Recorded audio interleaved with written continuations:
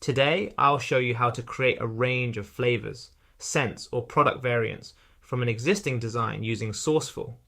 Start by clicking Create in the side navigation and selecting Variant Range, or choose Variant Range in the prompt box on the homepage.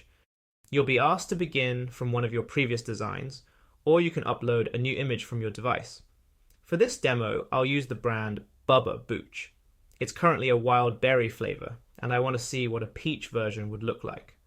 I want the main design to stay the same, but with updates to the text, illustration, and color scheme to reflect the new flavor. I've typed in my prompt to guide this, and then I'll hit generate. After a short wait, I've got 4 variants generated. Some are closer to the original design than others, but this one looks great. It's kept all the design elements consistent while applying the changes I suggested.